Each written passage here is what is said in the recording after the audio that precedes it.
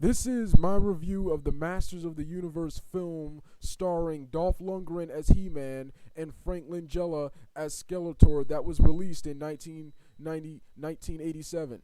For those of you who don't know, Masters of the Universe is based on a media franchise called He-Man and the Masters of the Universe created by Mattel in the early 1980s. The franchise consists of 3 animated series, toys, and comic books. I got into the franchise with the last cartoon series that aired on Cartoon Network's Toonami in 2002 and this movie. The most popular and most notable of all these was the first and original cartoon that aired in 1983 that was created by Lou Scheimer. The original cartoon was about a prince named Adam who is the son of King Randor and Queen Marlena. When he holds up the famous Power Sword and yells by the power of Grayskull, he transforms into He-Man, the most powerful man in the world. He-Man, along with his comrades, Battle Cat, Teela, Man-at-Arms, Sorceress, and many more, protect Eternia from Skeletor and the forces of evil. The movie takes place on the fictional planet of Eternia, which is located at the center of the universe. Skeletor and his minions have taken control of Castle Grayskull and have kidnapped the sorceress and is ready to steal Castle Grayskull's hidden powers. He-Man and the forces of Eternia enter Castle Grayskull to rescue the sorceress. A huge battle ensues. Our heroes use the cosmic key to transport themselves to a safer location.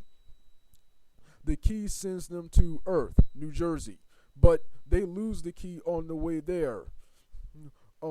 So now they must find it. Here on Earth, they meet a woman named Julie, her boyfriend Kevin, and a hard-boiled cop named Lubick, and the story unfolds from there. All of these heroes must band together, help find the key to get He-Man and his friends home so they can save Eternia from Skeletor and the forces of evil.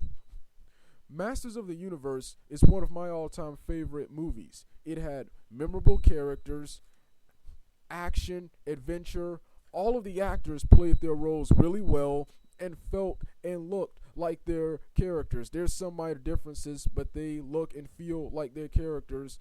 And I love the background set pieces of Eternia. It's hard to believe this movie was considered cheap in a B movie back in the 80s. It looks better than most movies today. And Earth, that is one thing I asked for. That is one thing I asked for in comic book based movies and adaptations. That is to keep the comic book feel when adapting comic book based movies. This movie didn't do well when it released because most critics saw it as a Star Wars ripoff, and most fans were not satisfied with the changes made to the source material. But I liked it, and I didn't mind most of the changes made to the source material. I thought them going to Earth to retrieve the key was a cool new spin on the franchise, when in the shows and comic books they take place on Eternia, and they stay on Eternia. And I hope down the road someone can make a sequel or a reboot to this film and introduce more characters like King Randor and Stratos, or reboot it and go closer to the cartoon series and have all the characters already established. Well, I'm done for now. Doug 8798 out.